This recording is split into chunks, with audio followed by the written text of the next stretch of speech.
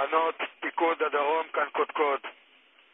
אנחנו יוצאים למתקפה על החמאס וארגוני הטרור ברצועת עזה. מטרתנו היא אחת, ניצחון. לא משנה כמה תהיה ארוכה הלחימה, כמה קשה, אין תוצאה אחרת מלבד ניצחון.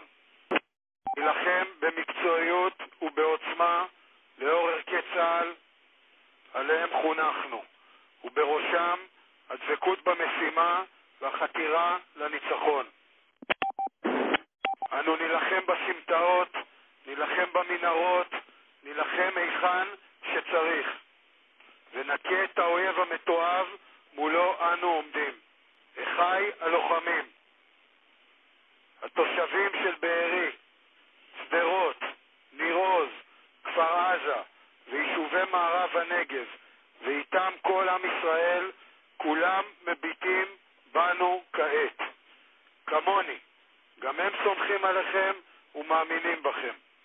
אתם דור הניצחון.